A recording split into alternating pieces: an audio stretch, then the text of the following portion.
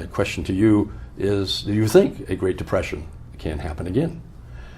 I think not only it can, but it has. It seems to me that we are already in an undeclared depression. The financial crisis led us into that situation.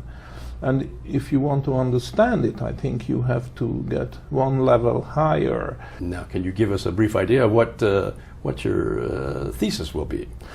My main thesis is that the explanation of depression is not the vanishing of demand, as suggested by John Maynard Keynes, but it's the vanishing of capital, which is an insidious process. Very few people can detect it, even fewer would understand it, but that's what happened in the 1930s, and that's what's happening today. Who are the economists who have been the main proponents of leading us astray, would you say? So you mentioned Keynes. Is this one? And the other one is Friedman. These two. Milton Friedman. Yes. And of course their followers. They squeezed out conventional economics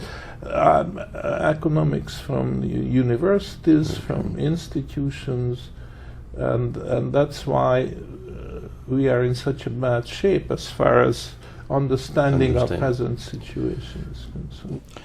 Keynesian and Friedmanite precepts rule economics today, all over the world, with no quarter given to traditional economics. Keynes and Friedman, for all their disagreements on the details, how to manage the national and world monetary system, were in solid agreement on their categorical rejection of metallic monetary standards.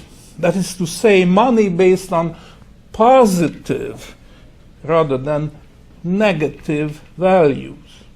To see this clearly, we have to contemplate the main role played by gold in the monetary system, which is this.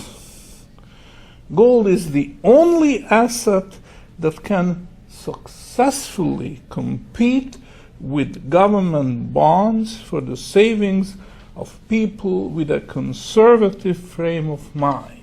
What we face here is a fatal confusion between low with falling interest. It is for this reason that falling interest rates, far from alleviating the burden of that, will aggravate it.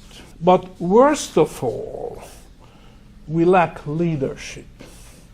Those in charge of our monetary and fiscal system are dyed-in-the-wool Keynesians and Friedmanites. They have grown up on Keynesian and Friedmanite bunk. They do not understand what is happening to this country, let alone the world. I've always heard the phrase, never underestimate the power of denial. We have generations of Americans and probably worldwide population that does not know of a gold standard, does not understand a gold standard, probably the people that are running for president right as we speak. They have eliminated the only candidate who did, Ron Paul. Yeah, that's true. What can we do as a nation to take care of that, to get an understanding of the gold standards, to avoid a tremendous collapse? The answer to the first question is education. But the task is just enormous.